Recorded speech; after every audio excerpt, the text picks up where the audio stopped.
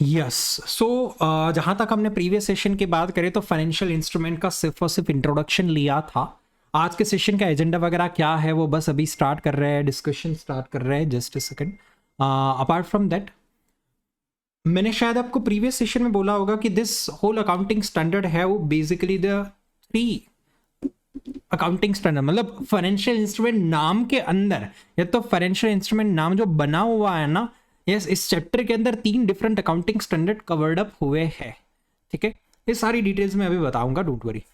सो मैं ओवरऑल आपको एजेंडा बता देता हूँ। Let me share the screen now and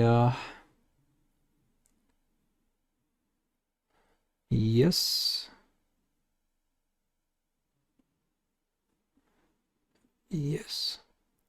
yes. So here you can see that अपने पास में फाइनेंशियल इंस्ट्रूमेंट की डेफिनेशन वगैरह तो है, but here you can see कि इस पूरे चैप्टर में 3 डिफरेंट अकाउंटिंग स्टैंडर्ड्स के बारे में बातचीत होने वाली है। यस, एंड जहाँ तक मुझे याद है मैंने आपको थोड़ा बहुत आइडिया दिया था, लास्ट सेशन में दिया था, कुछ हिस्ट्री वगैरह कुछ बताया था मैंने आपको। Yes, I think Lehman Brothers का एग्जाम्पल लेके मैंने बोला था कि फाइनेंशियल इंस्ट्रूमेंट को अपडेट करवाया गया है बाद में, है ना। यस, सो अपने को ये पता है कि पुराने ज़माने में पहले IAS 32 हुआ करता था फाइनेंशियल इंस्ट्रूमेंट्स, बट देन उसको अमेंड करके मेजरली अमेंड करके IFRS 9 बनाया गया है। तो अगर आपको फाइनेंशियल इंस्ट्रूमेंट्स की बात करें तो फाइनेंशियल इंस्ट्रूमेंट का कोई अकाउंटिंग स्टैंडर्ड बताना है तो यू विल हैव टू से कि this is nothing but IFRS 9। IFRS 9, okay. But बोले सर इस चैप्टर के अंदर तो इतने 3 अकाउंटिंग स्टैंडर्ड्स कवर अप हो रहे हैं ना, वो क्या है? देखिए, एक्चुअली IFRS को क्या करना चाहिए था पता है? अकाउंटिंग स्टैंडर्ड सेट करते समय पे इसको अबोलिश कर देना चाहिए था, इसको भी अबोलिश कर देना चाहिए था। There should be only 1 accounting standard IFRS 9, but उन लोगों ने ऐसा नहीं किया। उन लोगों ने क्या किया पता है? इस अकाउंटिंग स्टैंडर्ड्स की जितनी भी डेफिनेशंस थी ना, वो डेफिनेशंस वाले पोर्शंस को IAS 32 के अंदर कवर अप करवा दिया। मतलब IAS 32 is about the definition, IFRS 7 is about the disclosure. हालांकि डिस्क्लोजर भी बहुत छोटा सा पार्ट है कि जो सबसे आई थिंक लास्ट में कवर अप होगा, अभी तो कुछ बातचीत नहीं करने वाला है। ठीक है, तो क्या हम बोले, अगर सिर्फ और सिर्फ डेफिनेशंस IAS 32 में है, IFRS 7 के अंदर तो डिस्क्लोजर है, चलो उसको इग्नोर करें, तो क्या हम बोले कि हमारे इस पूरे चैप्टर का चलो 10% हिस्सा है ना वो IAS 32 है, पुराना वाला जो अकाउंटिंग स्टैंडर्ड रहता था वो, बट 90% कंटेंट जो है हमारा वो ये नया वाला है IFRS 9 के अंदर में। क्लियर है? ओके, नाउ हम लोग स्टेप बाय स्टेप जाएंगे। अगर आप फंडामेंटल लेवल पे होते हैं ना तो ये कुछ इन डेप्थ आपको बताता ही नहीं मैं, बट अब जब आप प्रोफेशनल लेवल पे आ गए हो थोड़ा परफेक्शन लाना जरूरी है, because you will have to mention the accounting standards number also. Okay, numbers mention करने हैं। अगर आपको अभी भी कंफ्यूजन है ना तो what you can do guys, कि एक चीज जरा आप क्लियर कट अपने दिमाग में बिठा लो कि आज के सेशन में मैं जो कुछ भी सिखाने वाला हूं ना वो आपको IAS 32 में कवर अप होने वाला है। तो आज जो कुछ भी कंटेंट आप लिखोगे ना उसमें अगर कहीं पे लिखना है तो हेडिंग दे देना IAS 32 वाला। ओके, इन कल से मैं जो कंटेंट करवाऊंगा वहां पे हेडिंग दे देना IFRS 9। क्लियर है? सो दैट आपको खुद को बाइफरकेशन मिल जाए कि कौन से कॉन्सेप्ट्स मेरे IAS 32 में कवर अप हो रहे हैं, कौन से कॉन्सेप्ट्स IFRS 9 में कवर अप हो रहे हैं। क्लियर है यहां तक जैनिश? यस। नाउ स्टूडेंट्स, जब हम बात करते हैं IAS 32 वगैरह की तो मैंने एक बोला वहां पे डेफिनेशंस कवर अप हो रही है एज वेल एज स्टूडेंट्स वहां पे क्लासिफिकेशंस भी कवर अप हो रहा है। अभी क्लासिफिकेशंस क्या है वो बता दूंगा आपको। ओके, अभी बताता हूं। देखिए स्टूडेंट्स, आप सबको पता है कि बैलेंस शीट की एक साइड होती है फाइनेंशियल असेट्स होता है, ये बैलेंस शीट है। बैलेंस शीट की एक साइड्स को बोला जाता है फाइनेंशियल असेट्स, यहाँ पे होता है फाइनेंशियल लायबिलिटी और यहाँ पे होता है इक्विटी। तब जब कोई भी आपके सामने इंस्ट्रूमेंट है, किसको फाइनेंशियल असेट बोलोगे एंड खास करके किसको इक्विटी एंड किसको फाइनेंशियल लायबिलिटी बोलोगे, इसमें सबसे बड़ा कंफ्यूजन होता है। सबसे बड़ा कंफ्यूजन असेट एंड लायबिलिटी में नहीं है, सबसे बड़ा कंफ्यूजन क्रिएट हो सकता है इक्विटी एंड लायबिलिटी में। यस, सो बेसिकली थोड़े बहुत उसके रूल्स बताने हैं एंड उसके लिए हम लोग कॉन्सेप्ट्स पढ़ने जाने वाले हैं क्लासिफिकेशंस के। Once we are done with that, हमारा मेजरली IS-32 कंप्लीट हो जाएगा एंड देन मुझे उसके बाद कंपाउंड इंस्ट्रूमेंट स्टार्ट करना है, ठीक है। 99% तो कर दूंगा। ओके, सो थोड़ा सा मैंने आपको यहाँ पे आइडिया दिया कि यहाँ पे आपकी स्क्रीन के सामने जो 3 स्टैंडर्ड्स दिख रहे हैं उसका क्या इंपॉर्टेंस है इस चैप्टर के अंदर। ओके, सो इधर आ जाइएगा।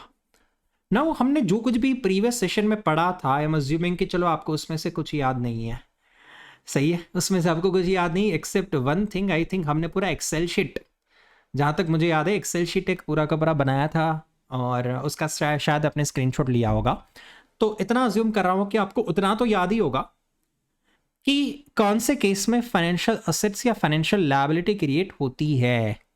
जहां तक प्रीवियस सेशन की बात है, मैंने ये बोला था कि स्टूडेंट्स वहां पे पार्टी 1 एंड पार्टी 2 दो होना चाहिए और उन दोनों के बीच में कोई ना कोई कॉन्ट्रैक्ट होना चाहिए, सही है,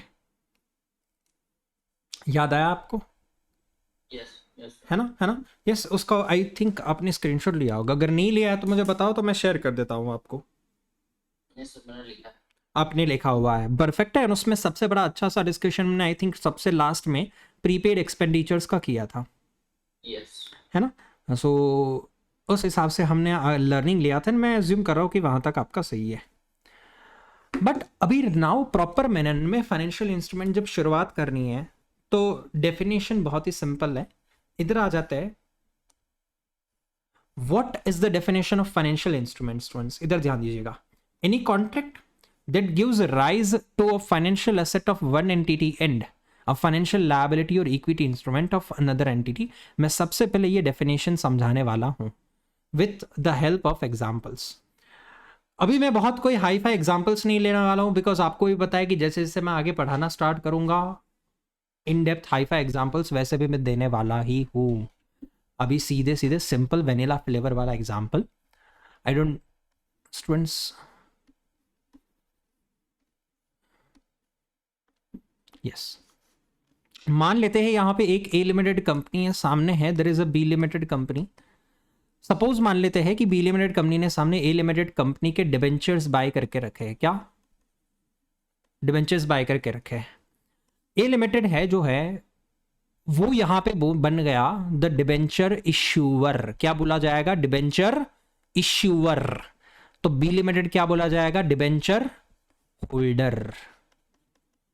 ओके, अगर एग्जामिनेशंस में कभी आपको इस तरीके के सिनारियो में कोई जार्गन या व्हाटएवर टेक्निकल वर्ड्स यूज करने का जरूरत पड़ा, यस, सो आप ये वर्ड यूज कर सकते हो, इश्यूअर एंड होल्डर। ओके, आपको बाद में ऐसा होगा तो नोट डाउन करवा लूंगा, बट अक्सर बच्चों के साथ में दिक्कत आता है कभी कभी ये चीज का, यस। सो एक है इश्यूअर है, एक दूसरा है holder. That means B limited ने पैसा इन्वेस्ट किया हुआ है और ए ने डिबेंचर्स इश्यू किए हुए हैं, सिंपल। अब हमारे एंगल से यहां पे अगर देखने जाए तो व्हाट विल हैपन, जो कोई भी डिबेंचर्स का, आज हमारी लेमन लैंग्वेज में हम क्या बोलते हैं, डिबेंचर्स को इश्यू करने वाली कंपनी ये है और ये डिबेंचर्स को बाई करने वाली कंपनी ये है, डिबेंचर्स के बायर है। तो ये कंपनी बोली जाएगी कि मेरे पास में एक फाइनेंशियल असेट है। और क्या मुझे बताओ, डिबेंचर्स का पैसा आज से 5-7 साल 10 साल के बाद रिडीम करना पड़ेगा ना, पैसा लौटाना पड़ेगा। जब लौटाना पड़ेगा तब ए लिमिटेड को वापस से पैसा चुकाना पड़ेगा। तो from that angle A limited और the issuer will have the financial liability. Clear है? तो इस पूरे ट्रांजेक्शन्स के अंदर स्टूडेंट्स, कोई एक पार्टी के पास में फाइनेंशियल असेट पड़ा हुआ है तो ऑन द अदर साइड दूसरी पार्टी के पास में फाइनेंशियल लायबिलिटी पड़ा हुआ है। बस इस सिंपल से ट्रांजैक्शन को फाइनेंशियल इंस्ट्रूमेंट बोला जाता है। Yes, this debentures are called financial instrument because this debentures is creating financial asset for one company and this debenture is creating a financial liability for another company. यहां तक कोई query? No? Okay.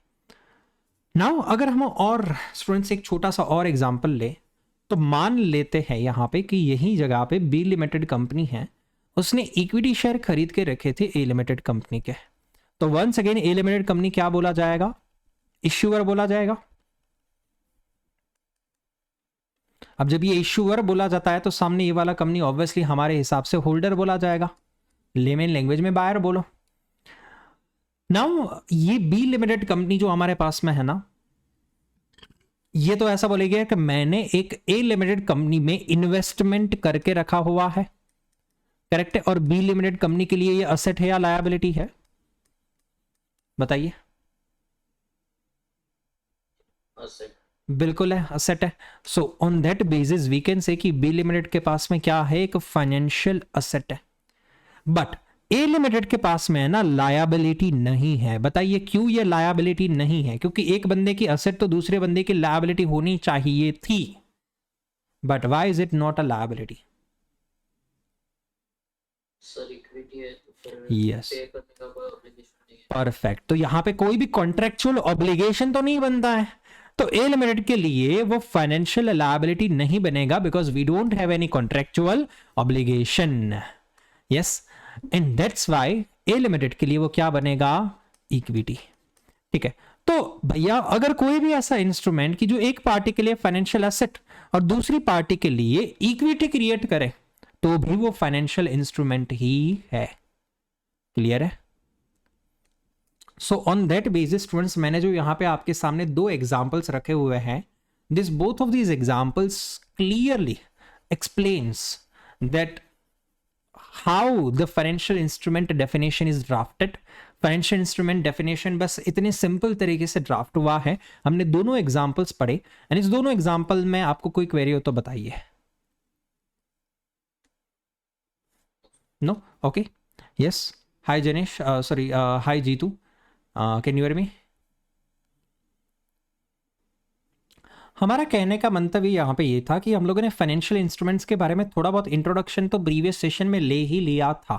Yes, and कोई भी बच्चे को अगर financial instrument के introduction अगर अटेंड करना बाकी है या फिर से अगर अटेंड करना है, तो वो लोग हमारी एप्लीकेशन में आएंगे, हमारे SBR के करिकुलम में अगर जाएंगे ना, तो मैंने एक सेपरेट मतलब छोटा सा आधे घंटे का एक वीडियो डाल के ही रखा हुआ है, जो हमारे प्रीवियस सेशन का रिकॉर्डिंग ही था और कुछ नहीं था। यस, सो जो हमारा प्रीवियस सेशन का रिकॉर्डिंग जो होगा यहाँ पे SBR के अंदर आप देखोगे, ये रहा सितंबर 23 लाइव बैच रिकॉर्डिंग के अंदर मिल जाएगा आपको। ठीक है, हम लोग यस, ये रहा सबसे डे 6 15 अप्रैल फाइनेंशियल इंस्ट्रूमेंट इंट्रो। ये जो डे 6 वाला ये वीडियो है ना, ये हमारा है फाइनेंशियल इंस्ट्रूमेंट के इंट्रो, ये आप देख सकते हो। ठीक है, हालांकि कपलान पे वापस आ जाते हैं स्टूडेंट्स, यहाँ तक सीमित नहीं है। मैं आपको फ्रेंकली बताऊँ ना, काफ़ी सारे बच्चों का बेस जो फाइनेंशियल इंस्ट्रूमेंट का कच्चा रह जाता है ना, उसका मेन रीज़न ये है कि वो लोग डेफिनेशन को समझने में बहुत जल्दबाजी कर देते हैं और मेन कॉन्सेप्ट्स के ऊपर आते ही नहीं है। यस, अगर आप देखोगे तो कपलान ने जो डेफिनेशंस दिया गया है ना, वो सिर्फ एक पेज में कंक्लूड करवाया गया है। मेरा रोल ये नहीं है कि सिर्फ हाँ उसको हिंदी में समझा दो या ऐसा कुछ, नो, या मैं ऐसा बोल दूँ ये डेफिनेशन है, घर पे रट्टे मार के आना, नहीं। यही डेफिनेशन डिसाइड करेगा कि कौन सी एसेट्स फाइनेंशियल एसेट है, कौन सी लायबिलिटी है। तो ये बहुत ज़्यादा इंपॉर्टेंट है। ओके, जब हम बात करते हैं यहाँ पे, उसके बाद अगर देखोगे ना तो काफ़ी सारे बच्चे से फोकस कर देते हैं कहाँ पे, पता है, ये सारी चीज़ों में, जैसे मैंने आपको बोला था रिकॉग्निशन एंड मेजरमेंट वाले कॉन्सेप्ट्स पे ज़्यादा फोकस कर देते हैं। ठीक है, उस पर भी फोकस करना ज़रूरी है, बट आपका बेस जो बनेगा वो इधर ही बनेगा। ठीक है, वापस आ जाता है स्टूडेंट्स, यहाँ पे फाइनेंशियल एसेट्स की एक डेफिनेशन दिया गया है। जेनिश आप याद करो, मैंने जो प्रीवियस सेशन में आपको बोला था ना कि कैश वो फाइनेंशियल एसेट है। उसका रीजन आपको पता है क्या, why the cash is financial asset?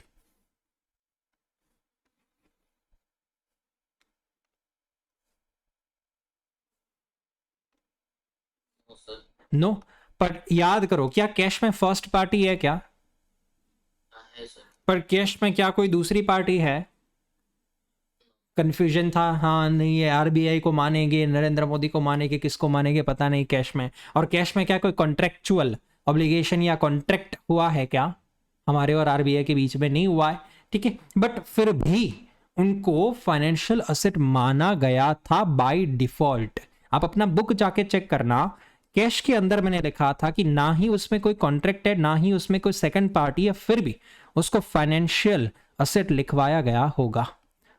Okay ये देखो मैंने तब भी बोला था कि ये कंफ्यूजन है कि कैश कोई कॉन्ट्रैक्ट तो है नहीं, ठीक है, मेरे कोई आरबीआई के साथ में कॉन्ट्रैक्ट तो किया नहीं है, बट फिर भी स्टूडेंट्स देखने जाए तो कैश फाइनेंशियल एसेट कहलानी चाहिए। इसलिए आईएफआरएस को भी एक कंफ्यूजन था कि करे तो करे क्या साला कैश के साथ में, इसलिए उन लोगों ने बाय डिफॉल्ट अपनी डेफिनेशन में ही बोल दिया गया है कि cash will always going to be a financial asset, asset and asset. Clear है? ठीक है, तो फाइनेंशियल एसेट का डेफिनेशन पढ़ने जा रहे हैं, इधर आ जाना। फाइनेंशियल एसेट सबसे पहला हमने यहां पे लिखा गया है कैश, जिसके मुझे आर्ग्यूमेंट मत पूछना, हमने प्रीवियस सेशन में देखा था। वैसे स्टूडेंट्स कैश को बाय डिफॉल्ट आईएफआरएस बोर्ड ने ही फाइनेंशियल एसेट कहलाया है। अब इसमें कोई लॉजिक ढूंढने की जाने की जरूरत नहीं है, ठीक है। दूसरा जो फाइनेंशियल एसेट कह रहे हैं यहां पे as per the definition is nothing but whatever investment that you are making, whatever investment that you are making in equity of another entity, investment in equity of another entity, समझ में आया? Investment in equity of another entity, मतलब दूसरी entity के equity shares खरीद के रखे हुए हैं, तो मेरे लिए वो इन्वेस्टमेंट है, इन्वेस्टमेंट तो फाइनेंशियल एसेट है। अब इसी का तो कॉपी टू कॉपी मैंने जेनिश एग्जांपल दिया, जहां पे बी लिमिटेड के पास में एक दूसरी कंपनी का इक्विटी था एंड वो बी लिमिटेड के लिए क्या बन गया था? इन्वेस्टमेंट। इन्वेस्टमेंट था तो फाइनेंशियल एसेट था। समझ में आया? तो हमारे इस डेफिनेशन का सेकंड पॉइंट क्लियर है यहां तक? यस, ठीक है। देन उसके बाद students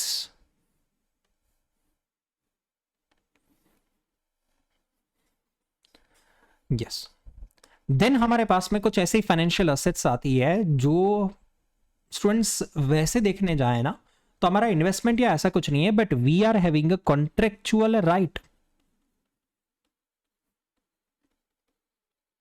to receive a cash. क्या हमारे पास में किसी contractual right to receive a cash है किसी असेट के साथ में? यस ऑब्वियसली है, जिसको बोला जाता है रिसीवेबल्स। अग्री और नॉट?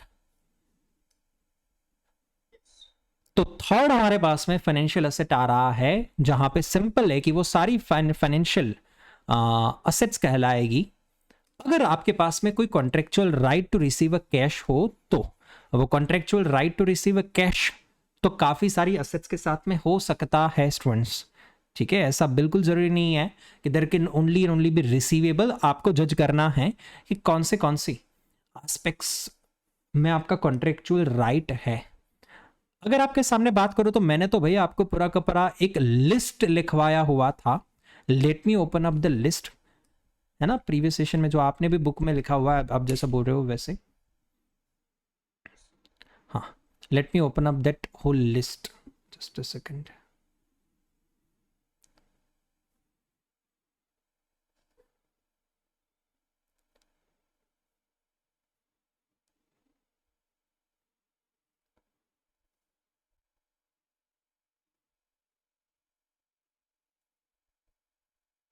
जस्ट अ सेकंड, अगर मिल जाए तो बढ़िया है, हमारे पास मेरिट में लिस्ट आ जाएगा, बट ठीक है कोई नहीं, चलो। I don't know.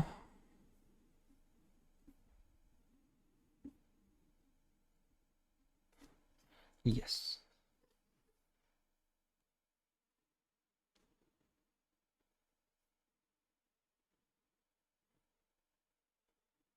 ये रहा।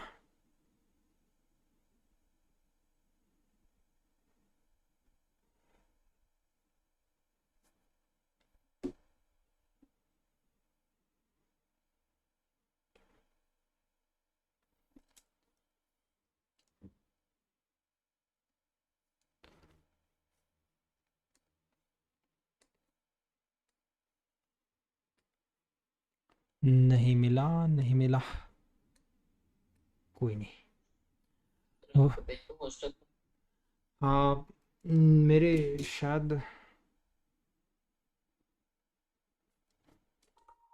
मिल गया, फोन में एक्चुअली था। यस, अगर आपको चाहिए जीतू आपको भी भेज दूंगा। Can you hear me now? Yes अगर यहाँ पे देखिए स्टूडेंट्स, तो contractual right to receive payment जो है हमारे पास में रिसीवेबल्स में क्रिएट हो रहा है, इन्वेस्टमेंट में क्रिएट हो रहा है। कैश तो भैया अब कैश तो बाय डिफॉल्ट ही बोल दिया गया था। Yes equity shares, preference shares, debentures अगर हमने कहीं पे इन्वेस्टमेंट करके रखे। यस डेरिवेटिव्स, भैया डेरिवेटिव्स को उन लोगों ने फाइनेंशियल्स करवाया हुआ है, बिकॉज डेरिवेटिव्स के अंदर स्टूडेंट्स अगर आप जीत रहे हो, डेरिवेटिव्स मतलब फ्यूचर्स एंड ऑप्शंस, मतलब वहां पे अगर आप जीत रहे हो तो क्या आपका contractual right to receive payment बनता है? बिल्कुल बनता है। और अगर हार रहे हो तो कॉन्ट्रेक्चुअल ऑब्लिगेशन बनेगा। तो इन दैट सिचुएशन आइदर वो फाइनेंशियल एसेट बनेगा या फाइनेंशियल लायबिलिटी बनेगा। बट अगर कोई डेरिवेटिव्स के अंदर आप जीत रहे हो एफ&ओ मार्केट में, यस तो क्या बन जाएगा? Contractual right to receive cash बन जाएगा ना। ये 3 पॉइंट के अंदर मुझे नहीं लग रहा है कि किसी भी बच्चे को दिक्कत होनी चाहिए। यस बहुत सिंपल से पॉइंट्स हैं। पहले पॉइंट बहुत ही आसान है, कैश रट्टा हो जाना चाहिए। वे आज के सेशन खत्म होने के बाद स्टेप बाय स्टेप पढ़ रहे हैं। फाइनेंशियल एसेट का पहला पॉइंट कैश, फाइनेंशियल एसेट का दूसरा point equity instrument of another entity, मतलब दूसरी एंटिटी के अंदर अपना इन्वेस्टमेंट। एंड तीसरा पॉइंट है स्टूडेंट्स हमारे लिए रिसीवेबल्स। क्यों? क्योंकि क्या लिखा है? Contractual right to receive cash. अब ऐसा कॉन्ट्रेक्चुअल राइट तो किसके सामने होता है? रिसीवेबल्स के साथ में होता है मेजॉरिटी ऑफ द केसेस में। और उसके अलावा स्टूडेंट्स डेरिवेटिव्स भी पॉसिबल है, जो मोस्ट कॉमन एग्जांपल है। यस सो ये 3 बुलेट पॉइंट में बताइए कोई क्वेरी। एग्जाम के एग्जामिनेशन में है ना, बच्चे इस डेफिनेशंस को अप्लाई नहीं करते हैं, ठीक है? इस डेफिनेशन का हर एक शब्द इंपॉर्टेंट है ना। यहाँ पे अगर आप डेफिनेशन को ध्यान से देखो ना, तो यहाँ पे एक और पीछे लाइन देखा गया है, क्या है? फिर से स्टेटमेंट पढ़ता हूं, तीसरा bullet point, contractual right to receive a cash or another financial asset from another entity. अब अरे भैया, इसलिए तो चीजें डिफिकल्ट लगती है कि जब आप सिर्फ थियरी पढ़ रहे हो डिफिकल्ट है। क्यों? इधर आ जाइए, मुझे बताइए स्टूडेंट्स, यहां पे है दीपन सर, दीपन सर है सामने की साइड, जेनिश आप हो। दीपन सर आए आपके पास में, ओ जेनिश लाओ मेरी फीस लाओ। यस पॉसिबल है? यस तो मैं आपके पास में आया और आपने है ना मेरे को बोला कि दीपन सर अभी तो पैसे नहीं है, एक काम करो ना, आप है ना 1-2 महीने बाद आना। दीपन सर बोले यार मेरे को तेरे पे भरोसा कैसे होगा, तू 2 महीने बाद फिर से पैसे नहीं दिया तो? करेक्ट है, देर में भी एन इश्यू ना। सही है, मैं तेरे पास से पैसे मांगने आया, तू क्या बना? मेरा रिसीवेबल बना। यस रिसीवेबल बना, तो मेरे को पैसे नहीं दे रहा है। तो इसलिए प्रैक्टिकल लाइफ में आपको पता होगा नेगोशिएबल इंस्ट्रूमेंट नाम का कॉन्सेप्ट होता है, पता है?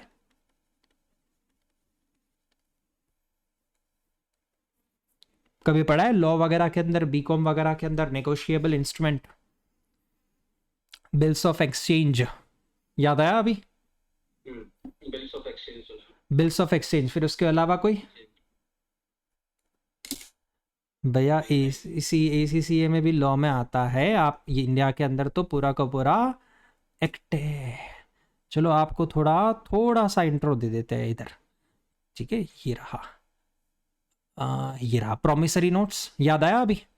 बिल्स ऑफ एक्सचेंज, कोई आपको पोस्ट डेटेड चेक दे दे या तो चेक दे दे, व्हाटएवर चेक दे दे, तो वो भी नेगोशिएबल एक्ट में आ जाता है। करेक्ट है? तो ये सारे मेजरली 3 तरह के नेगोशिएबल इंस्ट्रूमेंट्स माने जाते हैं। तो मैं जब जेनिश आपके पास में पैसा मांगने आया ना, तो आपने बोला दीपन भैया मैं आपको रोकड़ा नहीं दे पाऊंगा अभी। करेक्ट है, मैं आपको रोकड़ा नहीं दे पाऊंगा, एक काम करो ये लो मेरा प्रोमिसरी नोट्स ले लो। आप क्या ले लो? प्रोमिसरी नोट्स ले लो। सही है, तो आप एक चीज देखो यहां पे कि क्या प्रोमिसरी नोट्स मेरा एक, आई अग्री, एक तरीके से contractual right to receive a cash है, बट क्या ये प्रोमिसरी नोट्स जो मेरे को मिला, क्या मैं आगे किसी को एंडोर्स कर सकता हूं? क्या पॉसिबल है? क्या है ना? कर सकते हैं। तो ये पूरा का पूरा थर्ड बुलेट पॉइंट बोला कि आइदर देखो दीपन भाई, आइदर जैनिश आपको कैश दे दे, क्या दे दे? कैश, तो भी वो फाइनेंशियल कैश क्या माना जाएगा? मतलब तो क्या माना जाएगा? वो आपका फाइनेंशियल एसेट माना जाएगा। और अगर जैनिश आपको क्या दे दे, प्रोमिसरी नोट्स दे दे या तो फिर बिल्स ऑफ एक्सचेंज दे दे, तो भी वो आपके लिए क्या है, फाइनेंशियल असेट्स है। यस, तो अगर किसी को यहाँ पे नोट डाउन करना है तो कर लो। ये जो ब्रैकेट है ना, ये ब्रैकेट, ठीक है, ये ब्रैकेट, इस ब्रैकेट के बाजू में लिख दो प्रोमिसरी नोट्स, यस, या bills of exchange etcetera.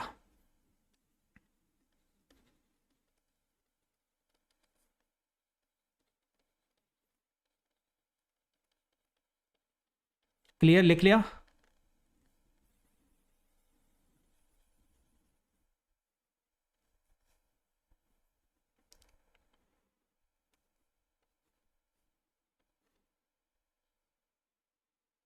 Yes yes. Yes. Then उसके बाद हमारे पास में एक और नेक्स्ट, अब पहले 3 पॉइंट तो चलो फिर भी इजी था, चौथा पॉइंट पे आ जाते हैं, कुछ हटके दिया हुआ है। छोटा सा एग्जांपल मैं यहाँ पे ले रहा हूं, मेरे वीडियो पे फोकस करना स्टूडेंट्स। मान लेते हैं कि आपने है ना बैंक के पास से कोई लोन लेके रखा था, क्या बैंक के पास से लोन लेके रखा था, बैंक वाले बोले दीपन भैया आपको XYZ मान लेते 8%, 8% ब्याज चुकाना है। फॉर सम रीजन मैंने क्या कर दिया पता है, बैंक वालों को 4 साल तक पूरा पूरा ब्याज चुकाया, सब कुछ सही चल रहा था, बट 5वें साल में मेरे पास पैसे नहीं थे, मैंने पैसे डिफॉल्ट कर दिए, मैंने इंटरेस्ट नहीं चुकाया। बैंक ने बोला कि दीपन भैया अब है ना, हम आपका जो 8% वाला जो लोन था ना, उसको हम कन्वर्ट कर रहे हैं 9% लोन के साथ में, बिकॉज आपने डिफॉल्ट किया हुआ है, 1 साल से हमारा पैसा नहीं दिया था, तो उसका आपको पेनल्टी भरना पड़ेगा। करेक्ट है। नाउ मेरे लिए प्रॉब्लम यह हुआ कि मेरे लिए 8% इंटरेस्ट, मैं तो सोच के बैठा था, बट साले बैंक वालों ने क्या कर दिया है, अब इंटरेस्ट रेट बढ़ा दिया है बिकॉज ऑफ दिस रीजन। वैसे तो नहीं बढ़ा सकते, बट मैंने डिफॉल्ट किया था, बैंक वालों ने इंटरेस्ट रेट बढ़ा दिया, मेरे को 9% इंटरेस्ट चुकाना है। यस, तो देखिए ये दीपन सर के लिए फेवरेबल सिचुएशन क्रिएट हुई या unfavourable? Unfavourable. But on the other side bank वालों के लिए तो फेवरेबल बना कि नहीं बना, उनको तो सिर्फ 8% ब्याज मिलना था, बट अब 9% ब्याज मिलेगा। करेक्ट है। तो नाउ इधर ध्यान दीजिएगा स्टूडेंट्स, बैंक वालों का जब फायदा हो गया है ना, तो बैंक वालों के लिए फाइनेंशियल असेट है।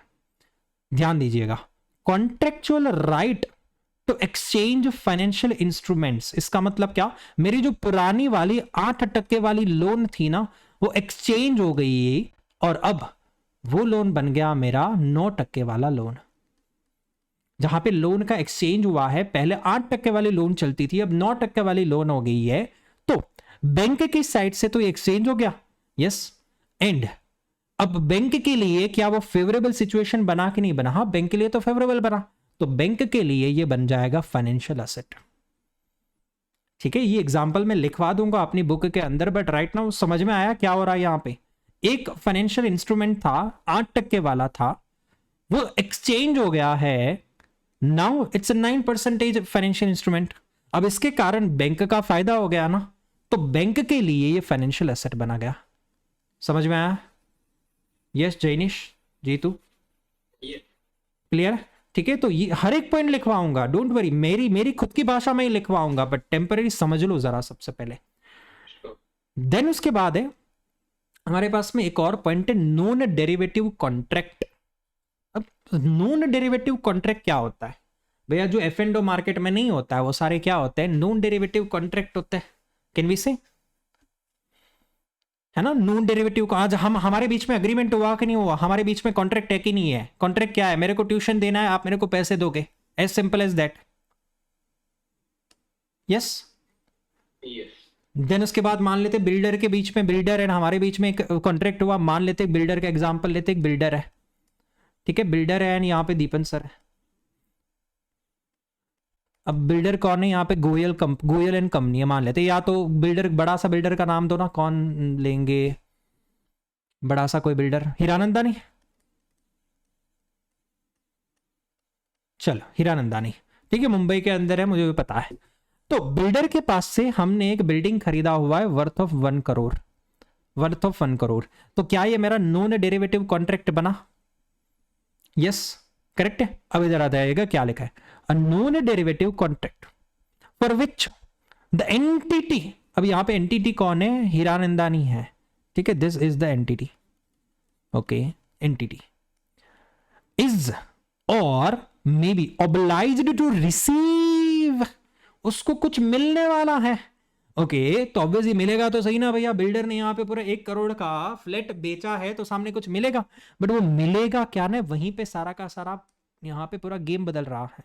Receive a variable number of entities own equity instruments, इसका मतलब क्या बताता हूं। बिल्डर बोला हीरानंदानी मोना, सुनो दीपन सर, सुनो सुनो, आप है ना 1 करोड़ मेरे को कैश में मत देना, आप मेरे को 1 करोड़ कैश में मत देना, बट 1 करोड़ के वर्थ के मुझे हीरानंदानी के शेयर दे दो। हमने बोला यार हीरानंदानी के शेयर मैं कहां से निकालूंगा, है ना, सवाल आता है कि नहीं आता है। अगर हीरानंदानी वाला मेरे से कंसिडरेशन कैश में नहीं मांग रहा है और बोला रहा है कि मेरे को हीरानंदानी के ही शेयर चाहिए, तो मैं लाऊंगा कहां से। बोला दीपन में मार्केट में मिल रहे हैं, मार्केट में से खरीद लो। आपको तो 1 करोड़ मुझे चुकाने या तो 1 करोड़ के शेयर खरीदने, आपके लिए तो बात एक ही है। समझ में आया बात यहां पे। यस ट्रांजेक्शन अ non derivative contract, non derivative contract तो भैया दुनिया भर में काफी सारे हैं, डेरिवेटिव के अलावा के सारे कॉन्ट्रैक्ट नॉन डेरिवेटिव कॉन्ट्रैक्ट, तो ये नॉन डेरिवेटिव है। यहां पे हमारी एंटिटी को मिलेगा क्या, उसको अपनी ही कंपनी के इक्विटी शेयर कंसिडरेशन में रिसीव हो गए। क्लियर है। Yes everybody, yes clear, simple है। So this transaction is called a financial asset for the Hiranandani, builder के लिए ये फाइनेंशियल असेट है, ऐसे ट्रांजेक्शंस फाइनेंशियल असेट कहलाते हैं। अपार्ट फ्रॉम दैट यहाँ पे दीपन सर कितने नंबर ऑफ शेयर देंगे वो अभी से डिसाइडेड है, या दीपन सर कितनी वैल्यू के शेयर देंगे वो अभी से डिसाइडेड है, बताइए।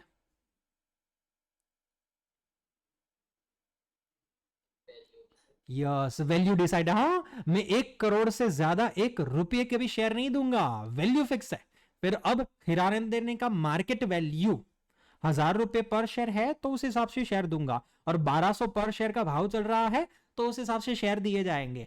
तो number of share has to be very, वो नंबर ऑफ शेयर अभी से फिक्स नहीं होने चाहिए, नंबर ऑफ शेयर तो वेरिएबल होने चाहिए, क्योंकि अगर यहां पे ध्यान से देखोगे तो डेफिनेशन जानबूझ के बोला there has to be what, a variable number of entities own equity instrument।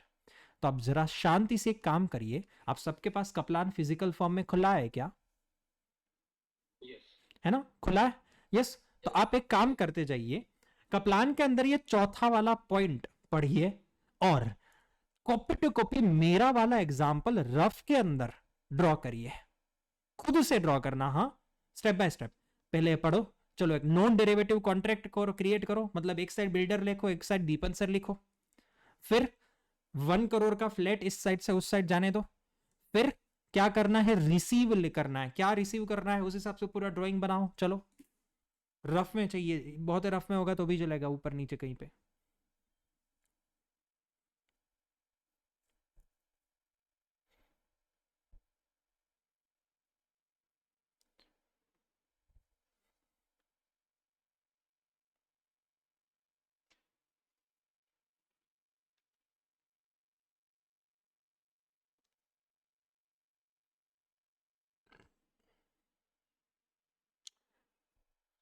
समझ में आया लैंग्वेज भैया,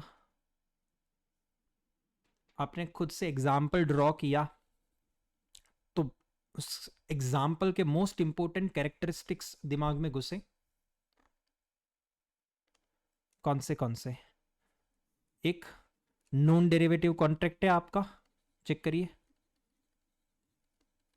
सेकंड, जो कंसिडरेशन मिल रहा है क्या वो कंसिडरेशन कैश में नहीं होना चाहिए, यस तो फिर कंसिडरेशन है किसमें, कंसिडरेशन होना चाहिए एंटिटी के इक्विटी शेयर में होना चाहिए, करेक्ट है। और अपार्ट फ्रॉम चेक करिए अपने एग्जाम्पल में इक्विटी शेयर हमेशा वेरिएबल होंगे, मतलब मार्केट के भाव के अकॉर्डिंगली वो तो इक्विटी शेयर वेरिएबल होते रहेंगे। इक्विटी शेयर के नंबर ऑफ शेयर अभी से डिसाइडेड नहीं है, तो number of shares are variable. Check करो जरा, these are the characteristics, can we conclude? बताइए, आसान लग रहा है अभी? Yes yes. यस। तो वैसे तो जैनिश के पास तो बुक है ही है, हमारा एक सेपरेट फुल स्केप बुक हम लोग मेंटेन करते हैं, हमारा नोट्स वगैरह बनाते हैं। अगर आपके पास में जीतू बुक नहीं है तो नेक्स्ट टाइम से अपने पास में रखना, ठीक है? क्योंकि जैसे मैंने बोला था, मैं खुद कुछ कुछ जगह पे वैल्यू एडिशंस करवाता हूँ। यस, यहाँ पे आ जाते हैं। सो दीज 4 पॉइंट्स अपने जब लिखेंगे, ठीक है, तब फिर से आपका रिवीजन हो ही जाएगा। बट इधर आ जाते हैं नेक्स्ट फाइनेंशियल लायबिलिटी पे। अगर आप ये फाइनेंशियल एसेट के चौथे वाले पॉइंट को देखो और फाइनेंशियल लायबिलिटी के तीसरे वाले पॉइंट को देखो ना, कॉपी टू कॉपी सेम लग रहा है। चेक करो ना जरा, बताइए।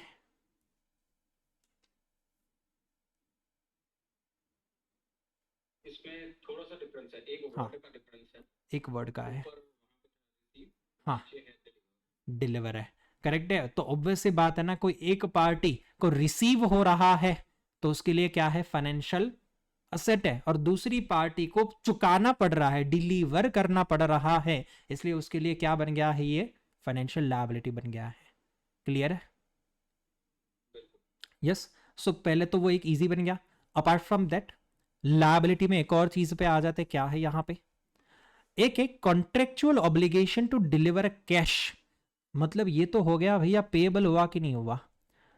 Yes, payable. क्योंकि आपके जितने भी पेएबल्स हो गए, आपकी एक ऑब्लिगेशन रहने वाली है कि आप अपने पेएबल्स का पैसा चुकाओ, या फिर आप अपने पेएबल्स को कोई अदर फाइनेंशियल असेट्स दे दो, जैसे कि प्रोमिसरी नोट्स।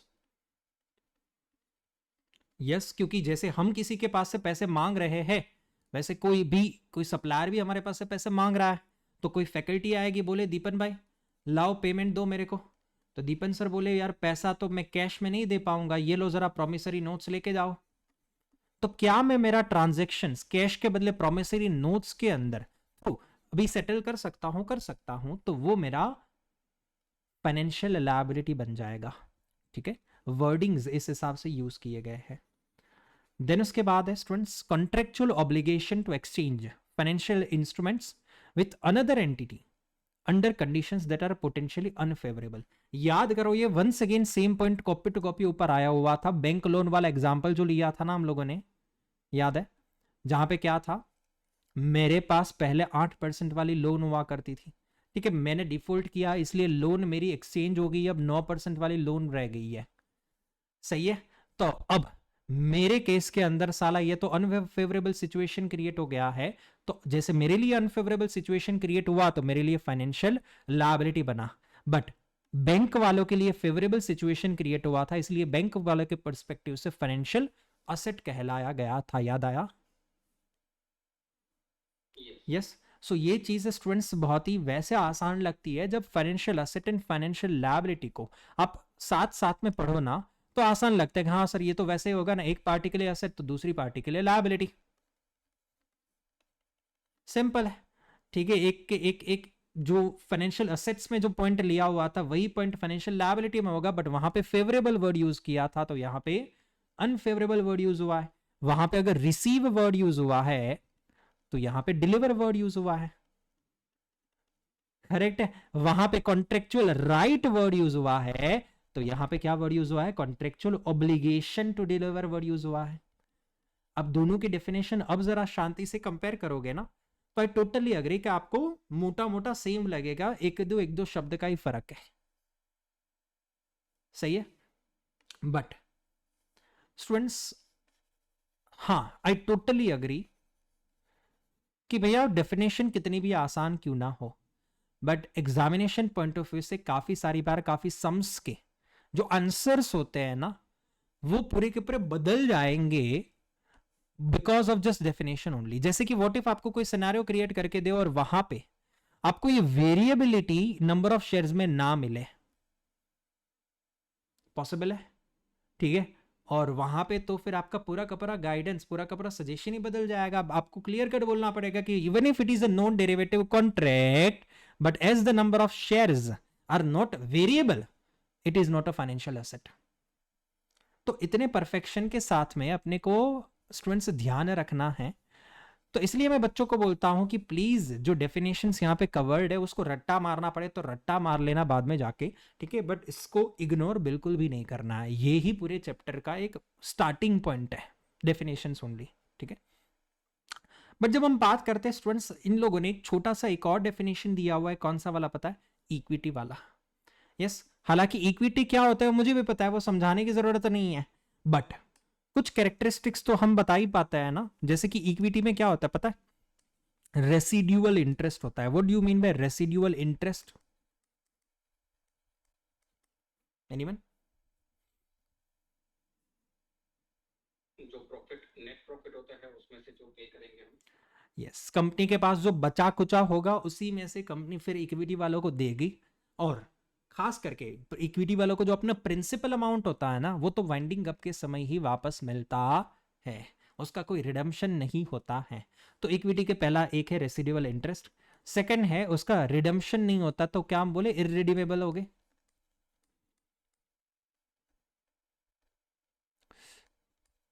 यस, देन उसके बाद वहां पे क्या डिविडेंड पे करना मैंडेटरी है क्या? Principal as well as dividend pay करना is not mandatory. Can we say? Can we highlight these kinds of the characteristics of equity? बताइए। यस, तो मैंने चलो आपको हिंट दे दिया है। अब आप लोगों को मुझे बताना है what will happen with the debt. Debt में क्या होना चाहिए? डेट क्या हो गए? रिडीमेबल हो गए। क्या हम बोले? Debt will going to be redeemable. Apart from that, debt की जब बात करते हैं तो डेट के अंदर प्रिंसिपल क्या होता है? प्रिंसिपल भी रिडीमेबल होता है, इंटरेस्ट भी कंपलसरी होता है, दोनों चीजें मैंडेटरी होती है। दोनों चीजें मैंडेटरी होती है। हालांकि इक्विटी के अंदर दोनों में से कोई चीज मैंडेटरी नहीं होती है। प्रिंसिपल नहीं लौटाना है, कोई बात नहीं। डिविडेंड नहीं देना है, कोई बात नहीं, नो मैंडेटरी। सही है। तो फीचर्स को जरा ध्यान से देख लो स्टूडेंट्स, इस चीज के ऊपर आगे जाके बहुत अच्छा सा डिस्कशन करवाने वाला हूं। फिर मत बोलना कि नहीं ये तो पढ़ाया नहीं, बेस क्लियर नहीं हमारा। ये बेसिक से कैरेक्टरिस्टिक्स है। नाउ आपने कभी ऐसा सुना होगा प्रेफरेंस शेयर्स भी होते हैं इंडिया के अंदर, है ना? प्रेफरेंस शेयर्स भी होते हैं। अब वो प्रेफरेंस शेयर्स के कैरेक्टरिस्टिक्स कोई बता पाएगा क्या?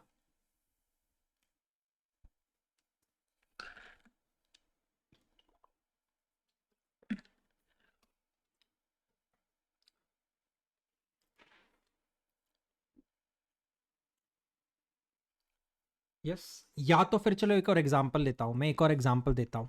क्या आपने कोई कॉन्सेप्ट सुना है कन्वर्टिबल डिबेंचर्स का?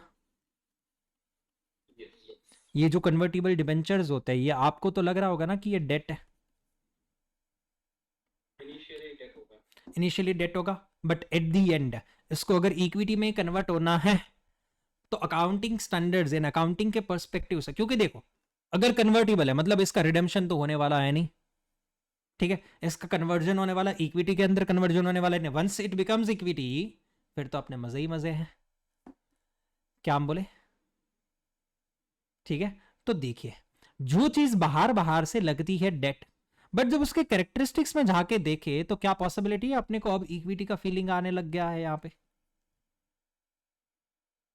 यस, और डेट का मतलब हुआ, भले ही यहां पे मैंने डेट लिखा बट डेट का मतलब होगा फाइनेंशियल लायबिलिटी। कैन वी से? जब जब मैं डेट वर्ड बोलूंगा ना तो वो बोला जाएगा फाइनेंशियल लायबिलिटी। मैं तो वो सिंप्लीफिकेशन के लिए डेट वर्ड यूज कर रहा हूं ताकि डेट इक्विटी थोड़ा समझने में आसानी रहे, ठीक है। आप बोले सर क्या डिस्कशन कर रहे हो, कहाँ इक्विटी कहाँ पे डेट, आप इरिलेवेंट स्टफ कर रहे हो। भाई इरिलेवेंट नहीं है, डेफिनेशन पे आओ। डेफिनेशन कौन सी पढ़ी अभी हमने, हम लोगों ने फाइनेंशियल लायबिलिटी की डेफिनेशन पढ़ी, और नया डेफिनेशन कौन सा पढ़ा? इक्विटी का। तो इन दोनों के बीच में डिफरेंस तो पता होना चाहिए ना, है ना? It what kind of securities, what kind of instruments you will consider as an financial liability in what kind of instrument you will consider as an equity. Yes, ये जानना बहुत जरा जरूरी है। अब बोले सर कपलान ने तो नहीं दिया, अरे कपलान ने तो कितनी सारी चीजें नहीं दी है, कपलान के बेसिस पे थोड़ी ना लर्निंग ले रहे हैं। नाउ वापस आ जाते स्टूडेंट्स, तो फिर करेंगे तो करेंगे क्या यहाँ पे? आप बोलोगे कि सर ऐसा तो कभी रेयरली होगा ना, चलो ये तो रट्टा मार लेंगे, कन्वर्टिबल डिबेंचर इक्विटी होते राइट भैया, ऐसा थोड़ी ना होता है, रट्टा मार के थोड़ी ना। खास करके जब आप आईएफआरएस पढ़ रहे हो, तो आईएफआरएस वी ऑल नो कि ये तो प्रिंसिपल बेस्ड अकाउंटिंग स्टैंडर्ड्स है, ठीक है, ये थोड़ी ना रट्टा मार के आप कर पाओगे। यस, सो मैंने शायद बोला नहीं होगा आपको कि स्टूडेंट्स ये आईएफआरएस वगैरह चीजें ऐसी है कि इसमें कितना भी आप गहराई ले लो, कितना भी आप इसकी बुक्स इतनी बड़ी बड़ी होती है ना कि आप बात जाने दो आईएफआरएस की। एंड आप हजारों पेज में, कम से कम जो बुक्स होगी ना, आई थिंक आईएफआरएस का सबसे सिंप्लीफाइड वर्जन ऑफ बुक्स होगा ना, वो आई थिंक 5-6 हजार पेज का होगा।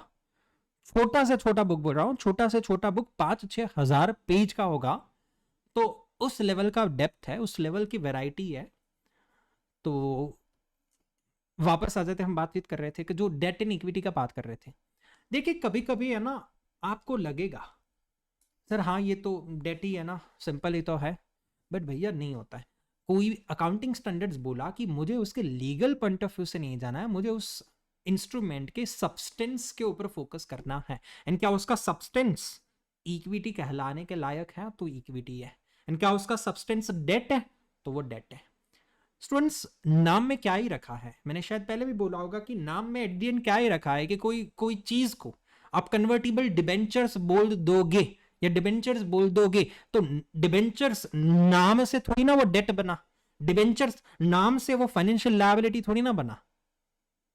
यस, वो फाइनेंशियल लायबिलिटी तभी बनेगा जब वो फाइनेंशियल लायबिलिटी के सब्सटेंस को, फाइनेंशियल लायबिलिटी के फीचर्स को फुलफिल करेगा तब। क्या लग रहा है, सही है कि नहीं है? यस, सो जब आप अभी एडवांस्ड लेवल में, प्रोफेशनल लेवल पे पहुंच गए हो, तो आपको ये सारी चीजों के अंदर डेप्थ, सारी चीजों पे ध्यान रखना जरूरी है। आप ऐसा नहीं बोल सकते हो कि अरे सर इतना थोड़ी ना इसी से वाले पूछेंगे, नहीं, बिल्कुल ऐसा मत मानना भैया। यस, सो वापस आ जाते हैं स्टूडेंट्स, हम बातचीत कर रहे थे कि इक्विटी एंड ये डेट के बीच में अपने को थोड़ा सा डिफरेंस समझना है, ठीक है। और अभी करवाता हूं मैं, बट अब तक क्या करवाता हूं, जो 3 डेफिनेशंस के बारे में हमने बातचीत किया ना, वो एक बार लिखवा देता हूं। ओके, तो सब लोग जरा अपनी बुक के अंदर इधर फाइनेंशियल इंस्ट्रूमेंट का हेडिंग दे दो, अगर नहीं दिया है तो, अगर दे दिया है तो डेफिनेशंस का हेडिंग दे दो। और अगर किसी को मेंशन करना है तो you can mention that we are right now starting with IAS 32। जैसे जैनिश मैंने बोला, अगर आपको जरूरत है ये चीज मेंशन कर सकते हो, IAS 32 सिंपल अगर लिखना है तो, ठीक है, नॉट कंपलसरी।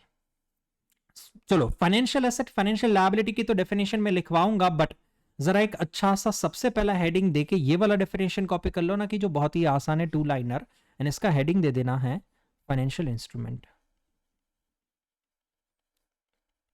जल्दी से 2 मिनट देता हूं, फाइनेंशियल इंस्ट्रूमेंट का डेफिनेशन कॉपी कर लो।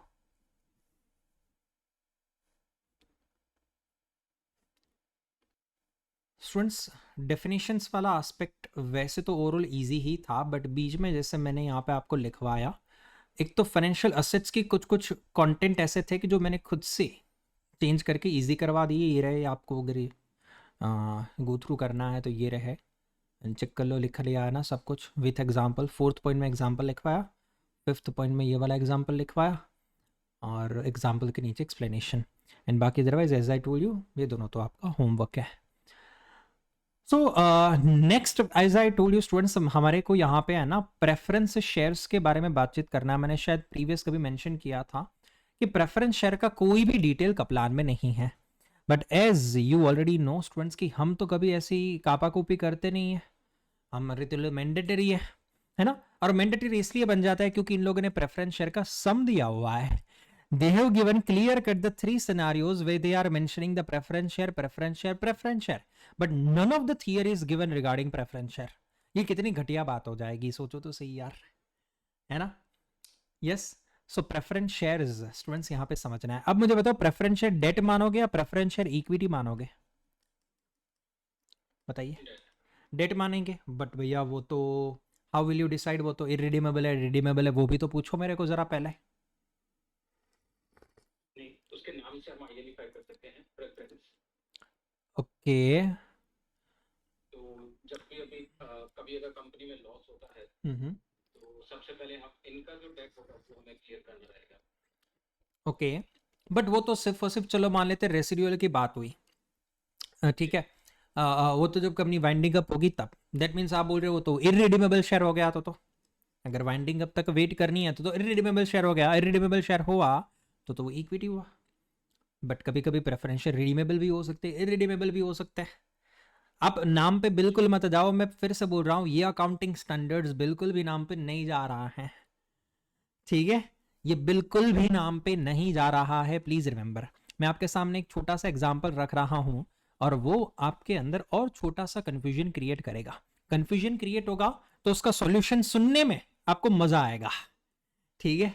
चलिए इधर आ जाते हैं। क्या ऐसा पॉसिबल है कि इरिडीमेबल मेरे पास में प्रेफरेंस शेयर हो?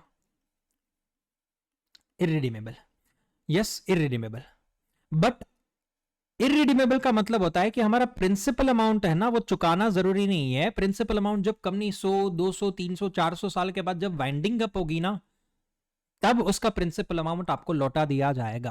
कैन वी से ऐसा तो है नहीं कि इरिडीमेबल मतलब इसका प्रिंसिपल 15 साल में लौटा देना पड़ेगा, उसको तो फिर रिडीमेबल बोलते हैं। अगर वहां पे 15 सालों का ड्यूरेशन 5 सालों का 10 सालों का ड्यूरेशन है तो वो रिडीमेबल बन गया। इरिडीमेबल मतलब लौटाना ही नहीं है। तो प्रिंसिपल के एंगल को देखें ना तो कंपनी प्रिंसिपल लौटा ही नहीं रही है, जस्ट लाइक इक्विटी शेयर में करते हैं ना वैसे ही इरिडीमेबल प्रेफरेंस शेयर में भी वैसा ही होता है ना कि प्रिंसिपल अमाउंट लौटाया नहीं जाता। बट भैया इरिडीमेबल प्रेफरेंस शेयर जो हमने इश्यू की है ना वहां पे हमने क्या कर दिया पता है, हमने हमारे डिविडेंड को मैंडेटरी कर दिया है। क्या मैंडेटरी? कंपनी का नुकसान होवे या प्रॉफिट होवे क्यूमुलेटिव डिविडेंड दे रहे हैं, मतलब कोई एक साल में डिविडेंड नहीं चुका पाए तो नेक्स्ट ईयर वो अक्यूमुलेट होके साथ में डिविडेंड चुकाया जाएगा। क्लियर है? तो डिविडेंड मैंडेटरी बन गया तो ये तो हमारे को डेट के इंटरेस्ट जैसा फीलिंग आ रहा है। क्या लग रहा है?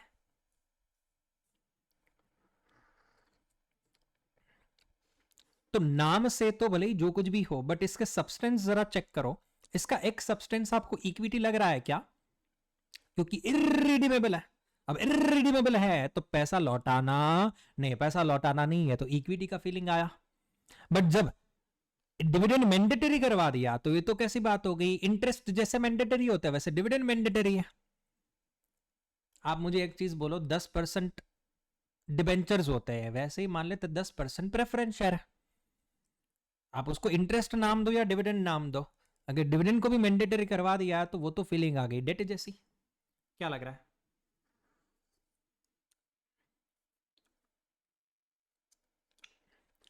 समझ में आ रहा? अकाउंटिंग स्टैंडर्ड्स इस तह तक जा रहा है। आपने भले ही अब तक ये नहीं सोचा होगा, यस, बट अब सोचो जरा कि हमारे पास में प्रेफरेंस शेयर्स है तो उसमें फीलिंग कैसी आ रही है अपने को। एंड इसीलिए स्टूडेंट्स नाउ जब हम क्रिस्टल क्लियर नहीं है कि इसको क्या बोले, इक्विटी बोले या डेट बोले, मतलब इसको इक्विटी ट्रीट करे या फाइनेंशियल लायबिलिटी ट्रीट करे ना, तभी हमारे सामने पिक्चर में आता है एक नया कॉन्सेप्ट, कंपाउंड इंस्ट्रूमेंट। क्या? Compound instrument. हालांकि मैं जब कंपाउंड इंस्ट्रूमेंट पढ़ाऊंगा तब फिर से थोड़ा एक दूसरे एग्जांपल से हम लोग इंट्रो लेंगे, बट राइट नाउ समझ में आया क्या होता है कंपाउंड इंस्ट्रूमेंट्स?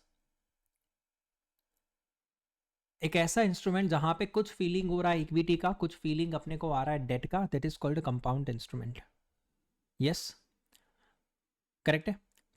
आगे बढ़े, हम हमारे प्रेफरेंस शेयर्स के बारे में बातचीत कर रहे थे स्टूडेंट्स, वापस आ जाते हैं स्टार्टिंग फ्रॉम स्क्रैच। इंडिया के रूल्स के तहत स्टूडेंट्स ऐसा है, इंडियन कंपनीज एक्ट के तहत कि हमेशा प्रेफरेंस शेयर्स होते हैं ना वो रिडीमेबल होते हैं। इंडियन अगर कंपनीज एक्ट पढ़ोगे आप तो इंडियन कंपनीज एक्ट बोला you have to redeem the preference shares within 20 years max to max, ये इंडियन रूल्स बोला। बट हम तो आईएफआरएस इंडियन रूल्स के तहत लिमिटेशन के साथ में थोड़ी ना पढ़ रहे हैं, हम तो इंटरनेशनल लेवल पे पढ़ रहे हैं। तो हमारे लिए तो दोनों ऑप्शन जानने जरूरी है ना कि आईएफआरएस ने बोला क्या है, if it is redeemable and if it is a irredeemable. Yes, but जब मैं रिडीमेबल बोलता हूं तो रिडीमेबल में से तो क्लियर कट आपको डेट का फीलिंग आता ही आता है ना, क्योंकि रिडीमेबल मतलब पैसा चुकाना है एंड है ही। सही है। यस, बट जब मैं इररिडीमेबल बात करता हूं तो थोड़ा फीलिंग आता है इक्विटी का। यस, बट भैया ऐसे कैसे डिसाइड कर रहे हो यार इररिडीमेबल है, sir sir sir sir equity, sir equity, sir equity. अरे भैया ये तो बात हुई सिर्फ प्रिंसिपल अमाउंट की, कि आपका प्रिंसिपल अमाउंट आपको वापस लौटाया जाएगा 10-15 सालों में या नहीं लौटाया जाएगा कभी भी। ये तो सिर्फ प्रिंसिपल अमाउंट का बात हुआ। मुझे जरा ये भी तो पूछने दो कि ओ भैया इरिडेमेबल भाई साहब, क्या तुम्हारे केस के अंदर डिविडेंड का क्या हालत है? तुम्हारे पास जो इरिडीमेबल प्रेफरेंस शेयर है, क्या वो डिविडेंड, उसके अंदर डिविडेंड इज मैंडेटरी? तो जैसे हमने खुद ने एग्जांपल लिया था स्टूडेंट्स, अभी अभी यही लिया था कि जहां पे इरिडीमेबल प्रेफरेंस शेयर थे बट डिविडेंड मैंडेटरी था, तो यहां पे डेट का भी फीलिंग आ रहा है। क्यों डेट का? क्योंकि डिविडेंड क्या बना दिया गया है, मैंडेटरी। और साथ साथ में जो प्रिंसिपल अमाउंट है वो तो इक्विटी तक की तरह का भी लौटाया नहीं जा रहा है, तो वहां पे इक्विटी का भी फीलिंग है। तो कैन आई से this is called an compound instrument? Everybody,